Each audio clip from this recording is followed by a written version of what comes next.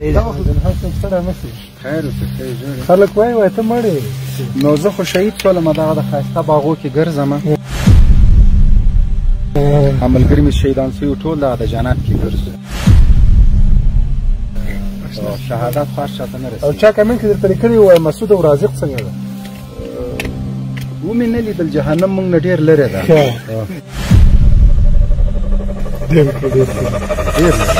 به الله مسخرگی میکنی،